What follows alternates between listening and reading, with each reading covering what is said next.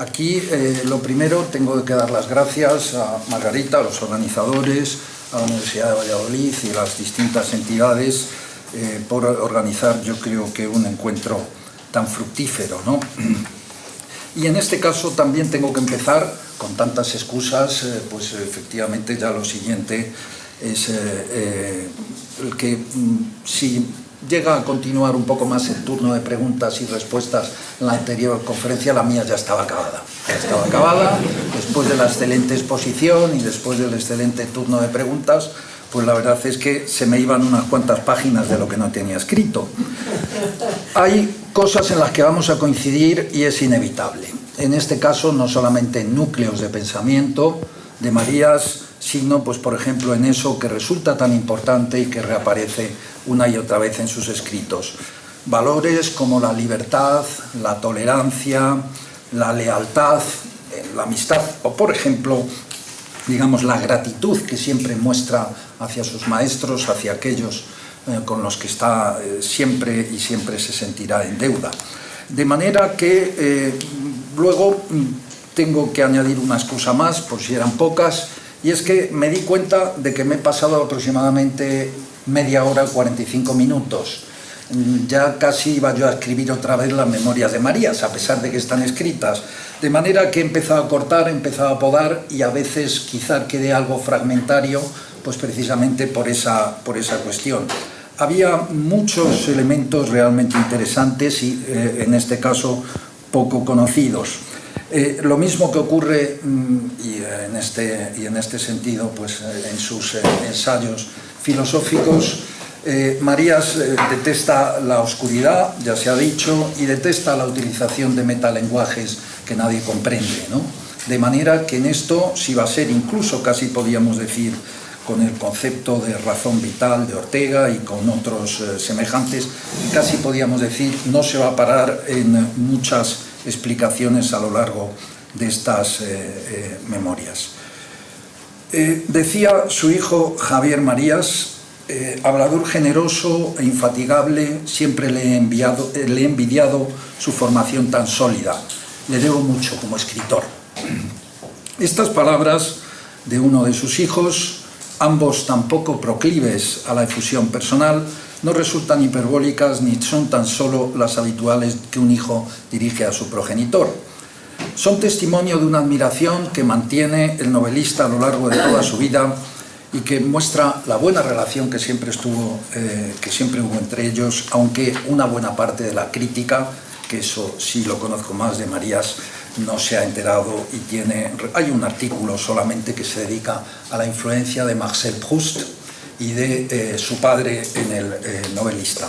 La talla intelectual de Julián Marías no solo se muestra en su figura pública desde los años 70, cuando ya puede intervenir, digámoslo así, públicamente, sino que sobre todo está en la extensa y variada obra que dejó. Una de ellas son estas memorias que publica a finales de los 80 con el título de Una vida presente, que constituye una obra también relevante no solo para quienes estén interesados en su obra, en el grupo, etcétera, sino simplemente en la historia intelectual del siglo XX. Hay que apuntar que hay dos ediciones, realmente he podido consultar, yo tengo una de ellas, la primera en 3 volúmenes en Alianza, que empieza en 1988 y termina en 89, redactadas a una velocidad realmente increíble, ¿no? Y la segunda, en Páginas de espuma, en el año 2008, cuando ya hacía pocos años que había muerto el escritor. Corregida y aumentada, por lo que he podido comprobar, sobre todo en la primera parte, no hay demasiadas correcciones y sobre todo se refieren a un nuevo índice, una nueva elaboración de los índices y de algunos pequeños detalles que muestran la minuciosidad y en este caso la atención a los pequeños detalles y la dedicación que tiene Marías hacia su obra, incluso en el último tramo de su vida, en unos años que se caracterizan por una permanente actividad. Es casual porque vamos a ver que muchos de las secciones en que corta o en que va organizando sus memorias tienen que ver con hechos de la vida social y política, pero también aquí, cuando las termina, no podía saber que faltaban exclusivamente unos meses para que cayera el muro de Berlín, se produjera la desaparición de la Unión Soviética y, por lo tanto, estuviéramos en la transformación más importante en Europa o en Occidente o en el mundo en los últimos años. Eso, cuando lo ha redactado por primera vez, no lo ha llegado a conocer. Haciendo un paréntesis, podemos recordar, y esto también para quien esté interesado en el contraste, hay varias memorias, hay varias autobiografías que corresponden más o menos a los años, al arco cronológico que él trata, y donde podemos comprobar realmente la calidad y el extraordinario interés que tienen las suyas. Laín Entralgo, por ejemplo, es el primero que publica Descargo de conciencia, en realidad el año 76, pero sobre todo se ha dicho, y normalmente las historias de la literatura señalan que se produce una eclosión de autobiografías y memorias debido a la desaparición del régimen y de la censura previa. Hay aquí también, por ejemplo, Carlos Barral publica Años de penitencia justo en el 75 y luego la va a publicar ya, digamos, completa poco después. Y finalmente también tiene interés la de Carlos Castilla del Pino en 2 volúmenes, y hay que contar con que, por ejemplo, estos 2 escritores nacen el año 28 y el año 22 respectivamente, y por lo tanto van a tener un marco de referencias bastante común.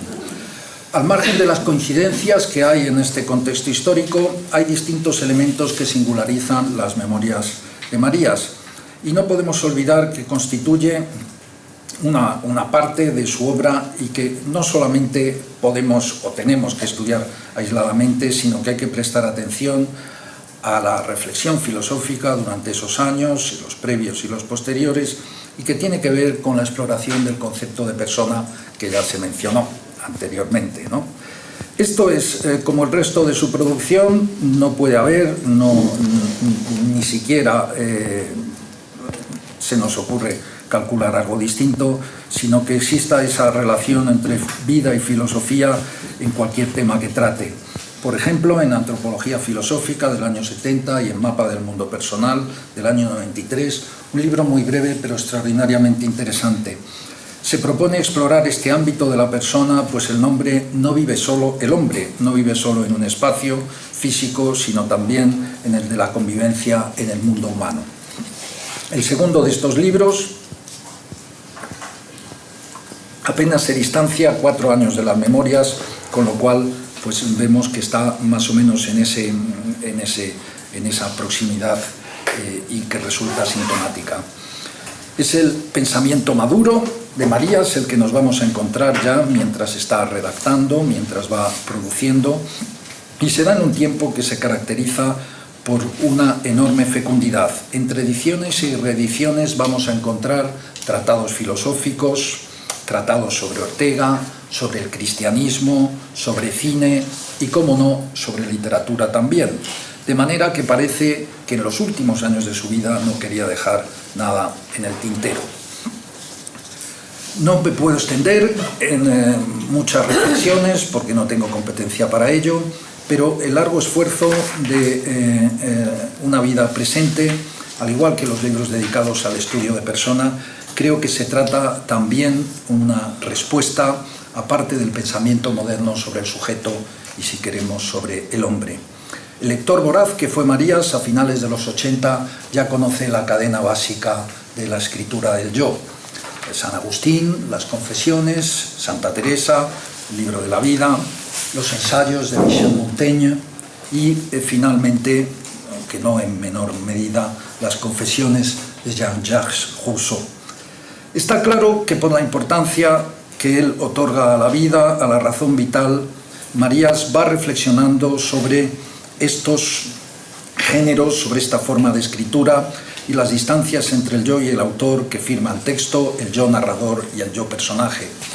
No es para él decisivo caracterizar este sujeto con él o enfrentarlo a lo que sería la ficción, a su proximidad a ella, sino que le preocupa la posibilidad de captar la vida, la persona, pues es un referente complejo en sí, donde no debe contar solo lo real, sino que también es fundamental lo no ocurrido, lo imaginado o lo deseado, como decían antes, justamente el futuro, ¿no?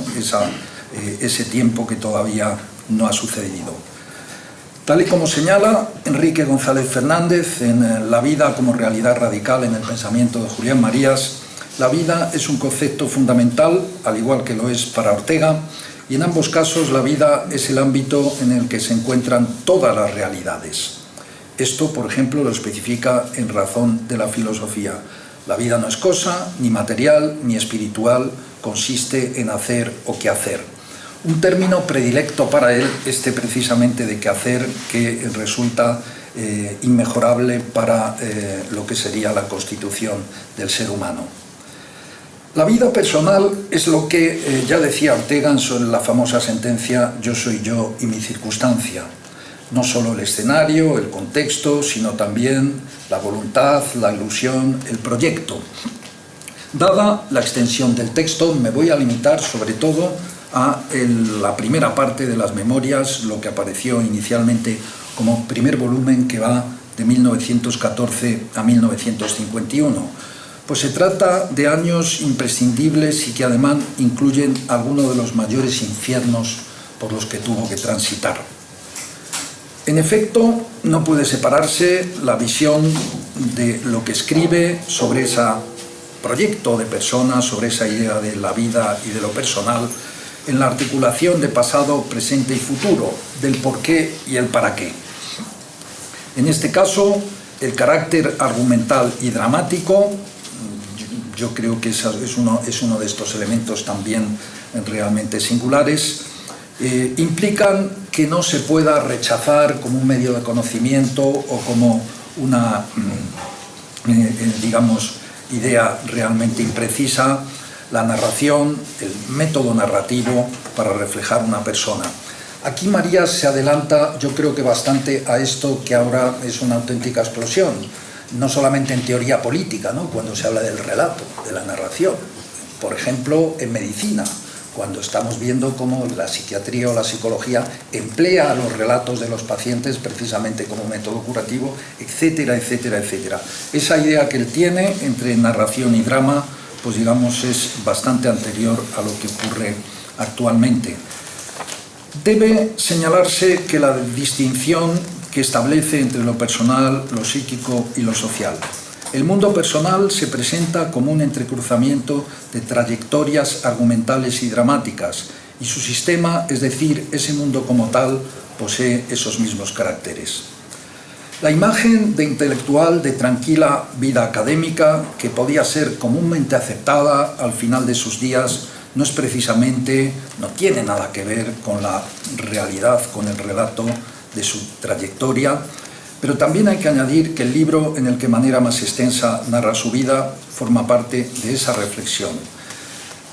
Esa imagen de intelectual tranquilo yo creo que tiene que ver con esto. Este es el despacho que a mí me gustaría tener, pero evidentemente hay factores, digamos, ajenos a la persona que desde luego no me permiten. Aquí sí que, digamos, entre otros detalles, por similitud con un profesor mío, amigo durante mucho tiempo, conocían perfectamente en qué nivel estaba situado alguno de los libros o papeles que tenían que buscar. De manera que, claro, esto parece difícil, pero efectivamente, como veremos, la memoria de Julián Marías es absolutamente prodigiosa. No solamente en el tiempo, sino en detalles, nombres, personas, es realmente extraordinario. Es, creo que, importante tener en cuenta que Marías va a dar la fecha exacta en que empieza a escribir Una vida presente, 14 de julio del 88, y además precisa el momento en el que el momento de su vida. Tiene entonces 74 años. Las escribe entre los 74 y los 75. Un número considerable que obligan a presentar un periodo de tiempo extenso, pero también un momento en el que su madurez y capacidad reflexiva le permiten dar cuenta de lo que ya formaba parte de ese tiempo presente en su vejez. También debe señalarse que difícilmente alguien a quien le falte vitalidad puede acometer una obra de esta envergadura, una redacción que, según comenta, el autor le sorprendió enormemente por la facilidad en que terminaba una página tras otra, como si escribiera al dictado. El primer volumen es el que más arco cronológico avanza, según hemos dicho, desde sus primeros recuerdos en 1914 hasta 1951. Pues son los años, y lógicamente son los años más lejanos, de los que menos recuerda proporcionalmente, y en este caso que llegan hasta la cesura del año 1951. En esta parte hay, por citar solamente algunas cosas de esos momentos dolorosos que transcurren, la muerte de su hermano, siendo muy joven, la guerra civil, las consecuencias de la guerra civil, para él y para su exclusión, digamos, absoluta del mundo académico, y el asesinato del hermano de Dolores Franco y de su novia, ejecutados en alguna de estas razias. Lo cuenta Marías en una de sus novelas. Parece que precisamente lo que les llevó a detenerle era que llevaba chaqueta. Ese fue el detalle que hizo que lo cazaran en la calle y lo llevaran me parece que era cerca de Plaza de España. Según hemos mencionado, como no puede ser de otra manera, en las páginas introductorias se refiere a sus concepciones sobre la vida, aunque sea de manera sucinta. Pero sobre todo, les leo, la vida no es solo lo que se ha hecho, y ahí es donde está el subrayado. Es, y muy principalmente, lo que no se ha hecho, pero se ha deseado, pretendido, intentado hacer y ser. He insistido largamente desde hace ya muchos años sobre el concepto de trayectorias, ciertamente en plural, como estructura de nuestra vida. El subrayado en trayectorias y en hecho es del autor. Y efectivamente este es un concepto clave en su pensamiento y que apunta a la complejidad, que nos anuncia la complejidad de trasladar la vida al papel, de resumirla. Si no se registran los sueños, si no se registran los proyectos, si no se registra el futuro, una biografía o autobiografía es insuficiente. No completa la figura que se quiere retratar y se aproxima a un descarnado currículum vitae que deja fuera lo más importante de cualquier vida. Javier Marías, el hijo novelista, ha tenido este concepto en cuenta y en sus obras de madurez, En tu rostro mañana, esa gran novela en 3 volúmenes, en su sección inicial casi podemos decir que vamos a encontrar una paráfrasis exactamente de este texto.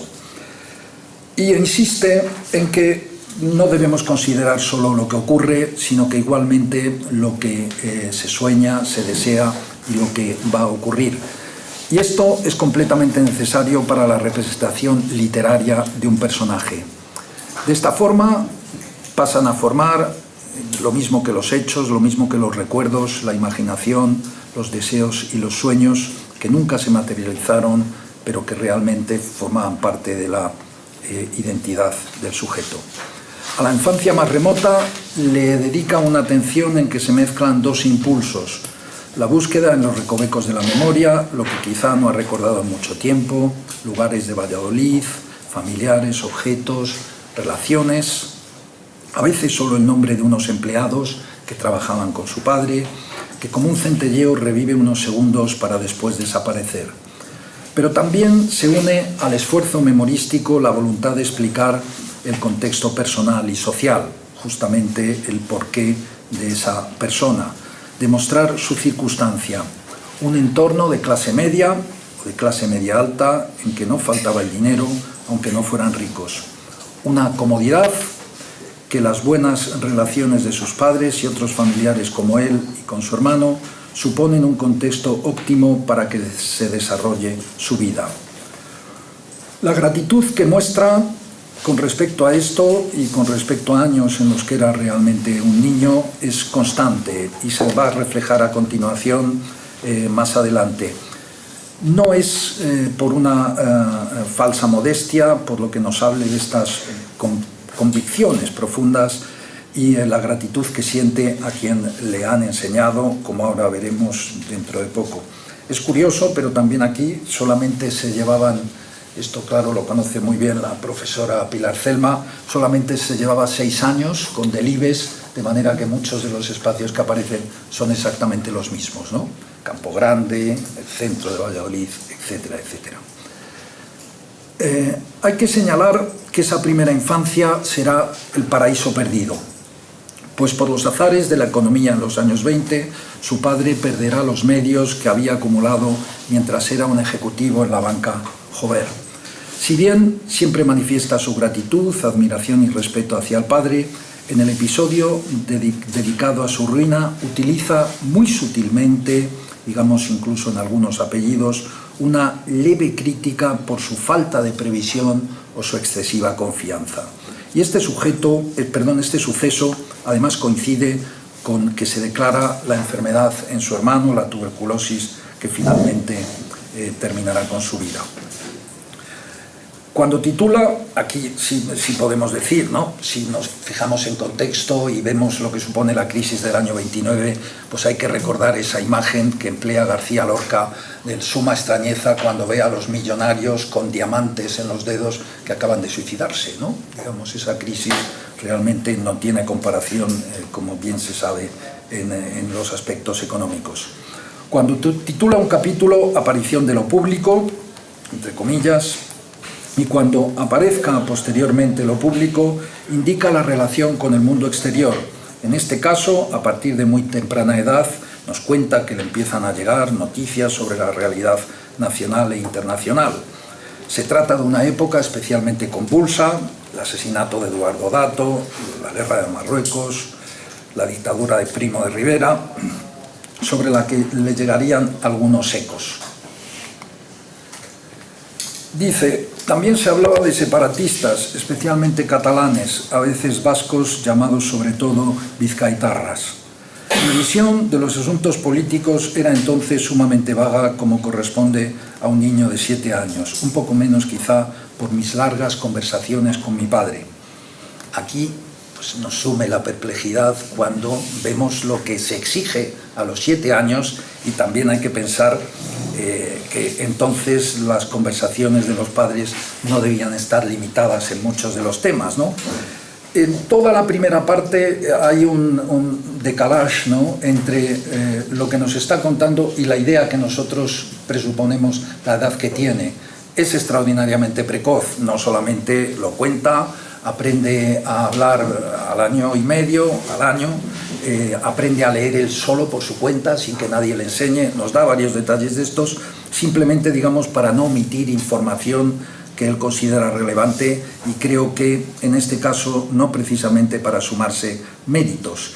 Es sistemático el que siempre nos hable de tal amigo o de tal personaje, digamos, hablando sus méritos, aunque él haya participado en lo que está contando, ¿no? Siempre se refiere al otro y no se suele incluir él.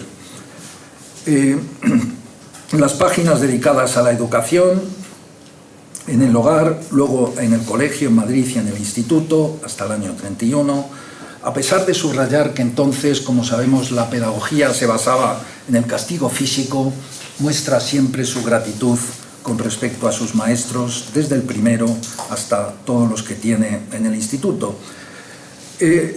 Y además señala, y esto sí que es un detalle curioso, ¿no?, con respecto a lo que podríamos decir que sería su formación, señala, y esto, bueno, los que ya tenemos una edad realmente avanzada, no nos extraña mucho, pero sí hay que tener en cuenta en lo poco que duran ahora los planes de estudio. Marías leyó Corazón, Cuore, de Edmundo de Amicis, como también lo leyeron posteriormente, y como lo leí yo mismo en primaria. O sea, es decir, ese libro se mantuvo en los planes de estudio desde entonces hasta muchísimos años después, ¿no? Hay que apuntar que, como en otros lugares, el relato salta del pasado al presente, con opiniones curiosas y algunas veces conflictivas. No le importa ser políticamente incorrecto, eso, pero casi diríamos a lo largo de todo el texto. No le presta atención a ese, y ya eran momentos en los cuales, pues desde luego, había comenzado la corrección. En distintos detalles, pese a ser muchas ocasiones nimios, vemos cómo alcanza una conciencia crítica que no solo sopesa los juicios de su padre o de otros adultos, sino que empieza a valorar y empieza a tener en cuenta la experiencia subjetiva, aunque a veces también con conclusiones paradójicas. Dice que en esta educación inicial, la falta a las clases de religión, nos dice, sería posiblemente la causa de que mantuviera mi fe. Esto es lo que opina. Entre los capítulos que más atención merecen, en el reflejo de esa circunstancia, tiene extraordinario interés los dedicados a la llegada a la universidad y durante el curso 31-32, que curiosamente empezó en ciencias, era química, la especialidad que él había elegido, pero que ya en el primer año ya se da cuenta de su vocación filosófica y de que tiene que cambiar. Hay que recordar que entonces estaba en la calle San Bernardo y que poco después, en la nueva etapa, será en la recién creada ciudad universitaria. Aquí, antes de comenzar esa nueva etapa, merece subrayarse, y antes se ha apuntado también, que podemos encontrar tres temporalidades. La primera, lejana e imprecisa, en la que cuenta tanto más con los recuerdos propios como los de otras personas, informaciones que le pudieron transmitir, no solamente, digamos, casi con mucha posterioridad. Una segunda estaría formado por la vida adulta desde la universidad y que incluye más o menos la mitad de su vida, justo en la parte en la que comienza lo que él denomina mi verdadera vida, que es cuando se casa con Dolores Franco, Lolita, la persona más citada, el número de ocasiones es centenares, ¿no?, a lo largo de este texto. Y ya en el prólogo al volumen tercero señala que cuando estamos hablando de los años 70, como se indicaba antes, ha cambiado su punto de vista. La perspectiva desde la que narra no tiene que dar cuenta de un pasado lejano, a veces impreciso, sino que los últimos 15 años son un casi presente. Se aproximan a ser un presente y en este caso, diríamos, es esa experiencia que nos transmite en el propio título de la obra. El hecho que determina esta última sección es la muerte de su mujer, tantas veces protagonista en este relato.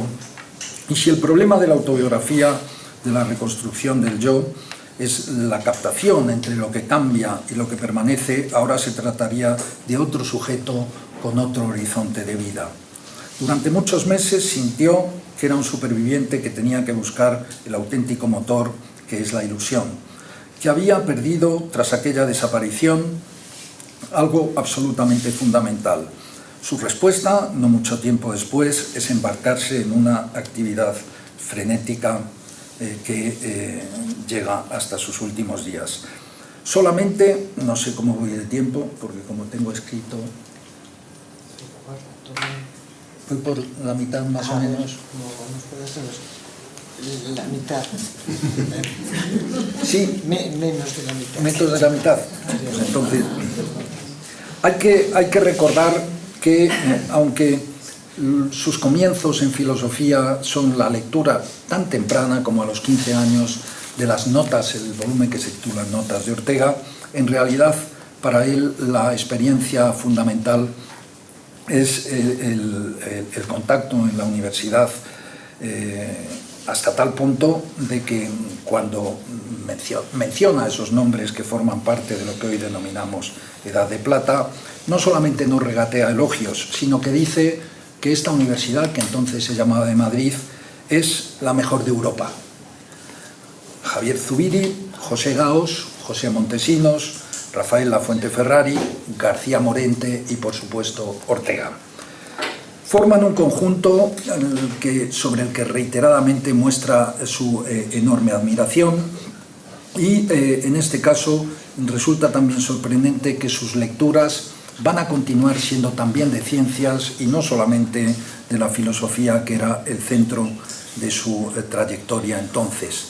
El relato se problematiza, pues la vida no es un hecho aislado, bien delineado, unilateral, sino que, como indica su concepto de trayectorias, tenemos que considerar la pluralidad de pasado, presente y ese futuro que no conocemos. Salta con facilidad desde un tiempo a otro en la enunciación porque hay que recordar que también incluso llega a modificar en uno de sus libros porque se ha enterado que ha muerto Bergson y llega para que cambien e incluyan realmente que ya había terminado la vida del filósofo francés, ¿no? Aquí lo tendremos que ver en muchísimas ocasiones. Efectivamente va a ser la figura central Ortega, pero al mismo tiempo los factores que podíamos decir algunas veces extratextuales o extraacadémicos resultan sorprendentes, ¿no? Por citar un ejemplo, nos cuenta que cuando ya se mudan las clases a la ciudad universitaria, al acabar por la tarde volvían andando desde la ciudad universitaria, desde el edificio de filosofía hasta Moncloa. Yo de joven tardaba media hora, ahora no sé cuánto tardaré, ¿no? Y ese trayecto lo hacían acompañados de Ortega, que iba charlando con los estudiantes, a veces iban otros profesores, mientras el chofer con el coche de Ortega iba detrás.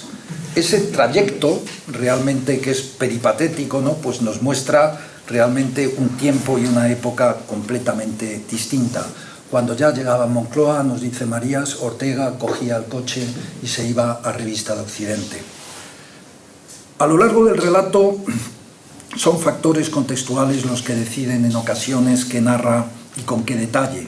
Y así puede parecer sorprendente que ocupe muy poco espacio el crucero por el Mediterráneo en el verano de 1933, en el que participó con otros estudiantes y profesores, y probablemente esto es así porque ya le había dedicado su primera publicación.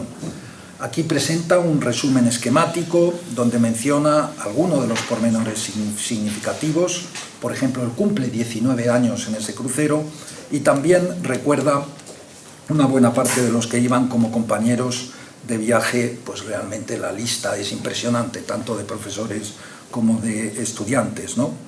Esta excursión procedía de esa nueva visión de la educación que parte del krausismo y que había contado con el entonces decano de la Facultad de Filosofía, con García Morente, y que también habían apoyado Ortega, Marañón y otros.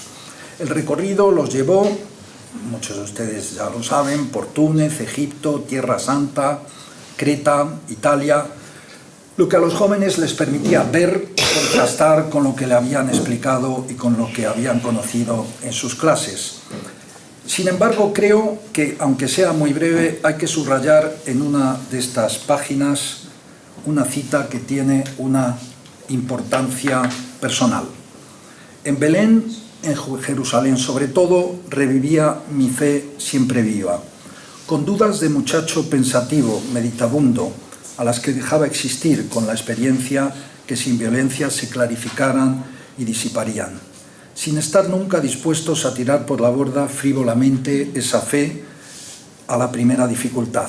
Cuando estuve en el Santo Sepulcro, recapitulé mis 19 años en una plegaria. Dios mío, dame una vida intensa y llena de sentido cristiano. No se me ocurrió pedir otra cosa. Estas últimas palabras, dedicadas al viaje, creo que establecen no solamente la distancia entonces, sino que nos sitúan dentro de su estricto ámbito privado que resulta fundamental en su vida. La experiencia de la fe y la búsqueda de un sentido cristiano, lo que no resulta incompatible con la reflexión filosófica como él había encontrado poco antes en figuras como Javier Zubiri. Es curioso, pero digamos no hay muchas, no vayamos a pensar que nos va a citar a San Agustín o a Santo Tomás adelante, porque realmente son muy pocas, pero creo que muy significativas estas referencias a su experiencia interior y a sus convicciones religiosas. Luego las veremos en publicaciones y veremos cómo en esos primeros años se ocupa de traducciones, de prólogos que le encargan Ortega y otros, y que realmente formaban lo que podíamos decir que sería el comienzo de una carrera académica que se vio truncada. Empieza a dar incluso unas conferencias a algunas compañeras para pasar el examen con el que obtenían el título, sobre filosofía, porque era una de las cosas que más problemas le presentaba. Y estas clases las da en la residencia de señoritas el primer año de manera informal, pero luego María de Maeztu las oficializó. Desde el comienzo de la Segunda República destaca la atmósfera poco politizada que existía en la universidad, y solo cuando después ya se refleja la proximidad de la guerra vemos que la vida personal se ve inmersa de manera irremediable en lo público. Por una parte, hay que recordar la influencia de su maestro, de Ortega y otros en apoyo de la República, pero también vemos que no existen, no refleja ansias revolucionarias y que se sitúa en una cierta equidistancia con respecto a los dos bienios iniciales de este periodo, el rojo y el negro. En su temprana formación hay que sumar también su estancia en la Menéndez Pelayo, y las páginas que le dedica señala la relación que trabó con varios jóvenes que colaboraban con Pedro Salinas en la organización de los cursos y que en algunos casos no pudieron mantenerse en el tiempo por el exilio en la guerra civil de ellas.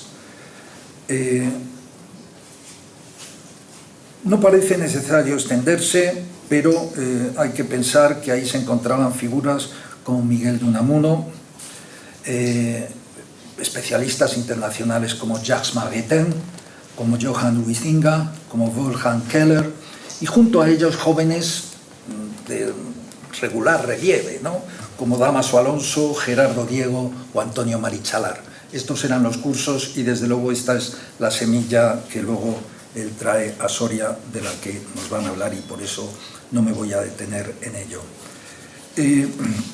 Marías se detiene en la guerra civil contando con que no quiere ocupar el puesto de un historiador. Es más, rechaza lo que podríamos decir que sería la complementariedad de las memorias con respecto a la historiografía, sino que dice que él lo que quiere es tener una posición de testigo, dar su visión personal de esa tragedia colectiva. Como he dicho, tiene no solamente esos hechos terribles. Su madre muere probablemente por una alimentación deficiente, que era lo que tenía Madrid durante los 3 años de bloqueo. Están también los bombardeos que él sufre. Realmente nunca llega a entrar en combate, pero parece ser que una vez le dieron una pistola y él se daba cuenta de que yo esto no lo sé manejar, ¿para qué me sirve?, ¿no? Y aquí cuenta siempre desde el lado republicano y solo noticias puntuales con respecto al bando nacional, que luego ha podido leer o conocer con posterioridad. Destacan las páginas dedicadas al final de la guerra, los días de marzo que transcurren desde el golpe del coronel Casado hasta que las tropas nacionales ocupan Madrid, y los meses siguientes. Después del golpe de Casado, el 5 de marzo del 39, esto no suele contarse demasiado, ¿no? Parece que es un episodio realmente sin importancia, pero realmente para Madrid es realmente extraordinario, ¿no? Comienza una etapa de colaboración con Julián Besteiro, que es probablemente la figura política que él más admira. Incluso llega a citar que la única vez en estos últimos años que vota a Ortega es justamente a Besteiro, ¿no? No había votado a nadie más. Para él representa lo más valioso de la República, incluso en sus últimos estertores. María señala que en esta etapa, en la que redacta comunicados que se leen por radio para argumentar la necesidad de poner fin a la guerra, nos dice que es una de las cosas en toda su vida de las que se siente más orgulloso. Su experiencia en esas semanas no incide en la pavorosa incertidumbre en que se vivía, no solo con la guerra, sino con la contienda dentro de los republicanos. Casadistas frente a comunistas y partidarios de Negrín, que luchan. Hay diferentes evaluaciones con respecto a las víctimas de esa lucha, es decir, una guerra civil dentro de una guerra civil, y de manera que sabemos que solo caminar por cualquier calle era una arriesgada aventura, pues podías toparte con cualquiera que decidiera tomarse la justicia por su mano. En realidad, lo que cuenta, y siempre con un tono que carece de énfasis, lo mismo que luego va a destacar en la posguerra la carencia de rencor, el cómo no muestra lo que podríamos pensar que es lógico, ese rencor con respecto a lo que le ocurre.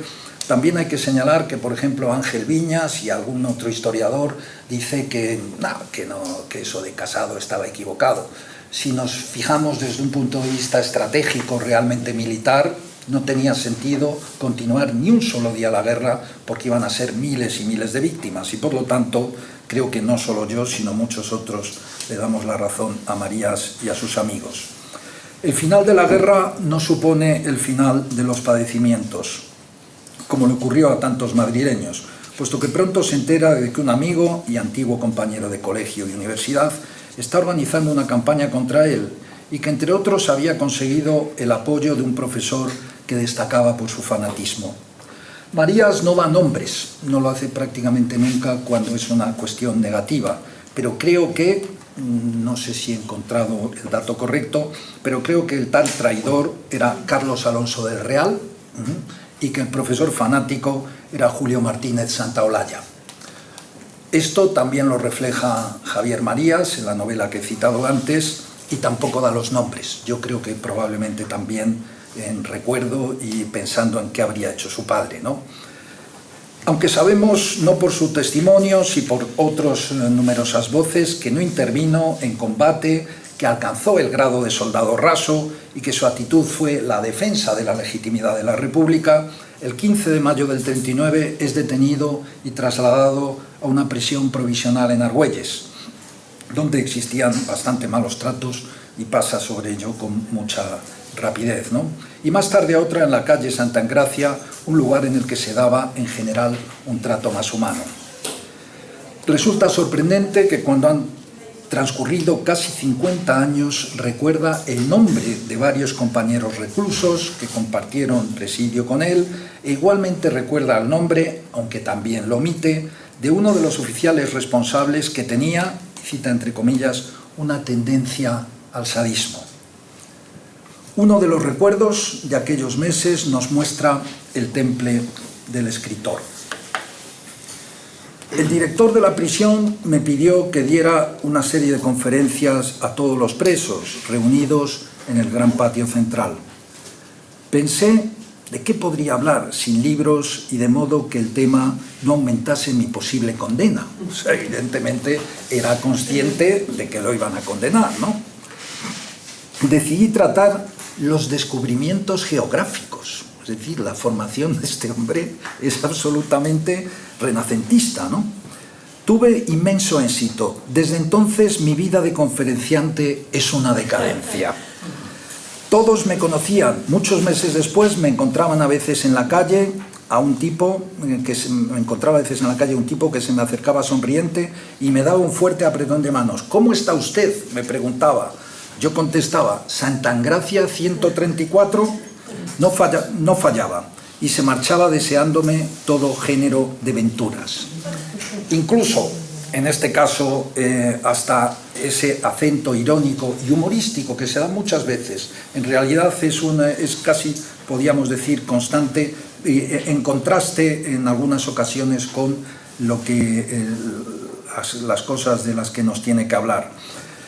Es sorprendente los meses que estuvo detenido, y realmente contar era probable que le sentenciaran a muerte, aunque luego la sentencia no se llevara a cabo, pero sabemos que solo la intervención de la familia de Ortega, Salvador Lizarrague y Camilo José Cela, que escribió por lo visto un escrito muy florido, ¿no?, acerca de defendiendo su figura, y otros personajes influyentes consiguieron que no tuviera una condena mayor.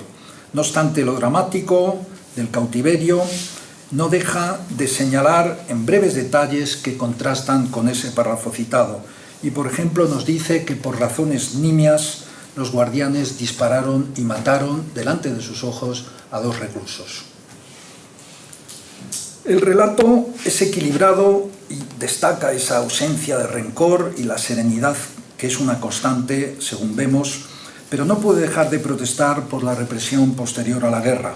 en la que se mezclaron venganzas personales y que, en su opinión, fue uno de los hechos que retrasó la consecución de la reconciliación nacional. Su breve descripción de los juicios llevados a cabo en aquel tiempo, incluso con otro toque humorístico, porque dice: ¿cómo puedo demostrar que no he matado a un viejo en Alicante? Esa era su pregunta, ¿no? Los abogados no tenían tiempo ni de ver los expedientes, y el juez rechazaba todos los testimonios que podían exculpar al acusado. Él, por ejemplo, hace referencia a cómo consiguieron, a base de mucho énfasis, incluso Soledad Ortega se entrevista con él para conseguir que admita alguno de los testimonios que mostraban que no tenía ningún crimen realmente, ni siquiera mínimo, ¿no? Marías, ya antes de la traición, no se engañaba con respecto a su futuro, pero nadie podía calcular las consecuencias de haber militado solamente un periodo de manera visible, la mayoría de poco visible y sin ninguna relevancia, y no haber cometido ningún tipo de delito. La anécdota sobre el método en que consiguen poco después darle el premio extraordinario de licenciatura: Zubiri entretiene al mensajero mientras la comisión está deliberando, de manera que el mensajero traía la prohibición absoluta de que se lo dieran a Marías, y salió la persona diciendo: se lo han concedido a Marías, de manera que esa argucia no pudo ser completa, porque al día siguiente, cuando se hicieron públicos los nombres, el único que no aparecía era el suyo. El temple, la fuerza, que provienen de su fe, que proviene de Lolita y de sus convicciones filosóficas,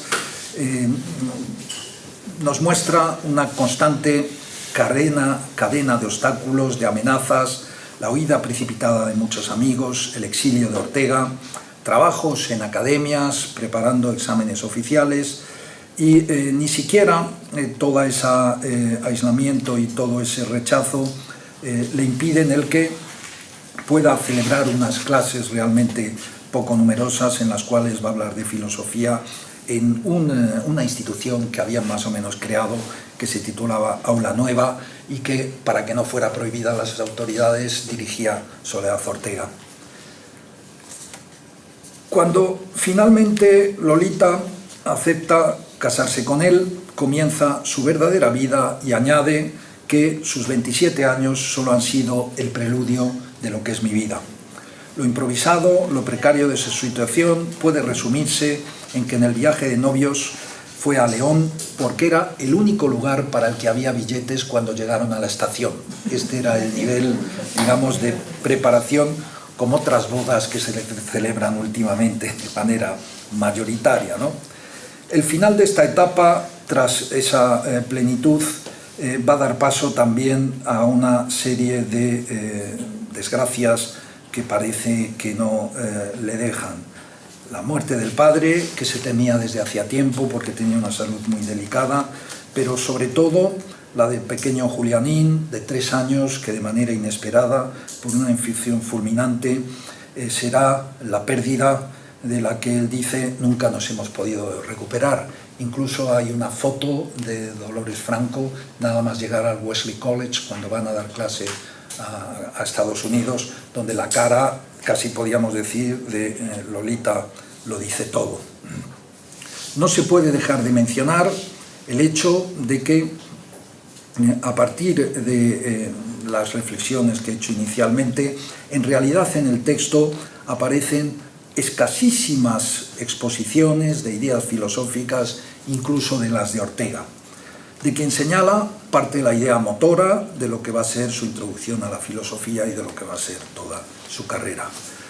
No trata en modo alguno de dibujar en este formato ideas filosóficas, sí creo que trata de reforzar y ensalzar los valores que él cree que son fundamentales en el ser humano.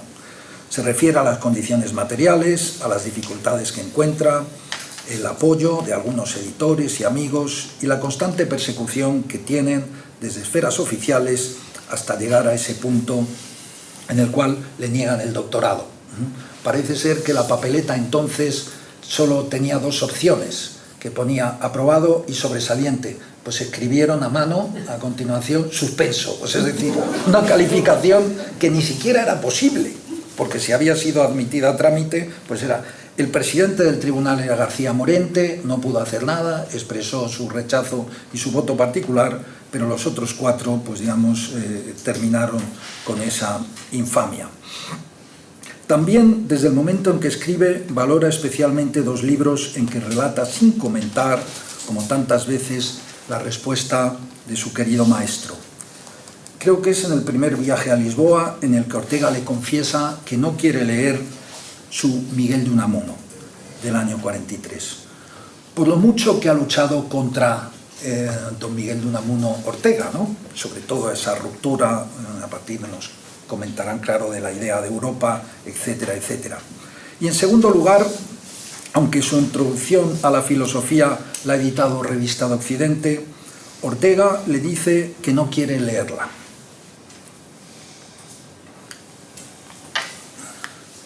Es un libro demasiado importante. Los 2 estamos haciendo nuestra filosofía y no es bueno que me perturbe, ni yo a usted con mis comentarios. Está muy bien, he leído el índice y he visto el efecto de su lectura en mi hijo José. Con esto basta. A mí, claro, el que él se quede ahí y no añade nada me deja un poco perplejo, dada la satisfacción que le producía que le leyera su maestro, y que no cabe duda que también él sentiría cierta perplejidad. Sobre todo en estudios de poesía se hizo famoso un libro de Harold Bloom que se titulaba La ansiedad de influencia, Anxiety of Influence. Y en este caso podíamos decirnos si se trata en realidad de una influencia en 2 direcciones, que sería la que le preocuparía el maestro. La falta de énfasis, el no querer estar siempre en primer plano, es consustancial a esta obra.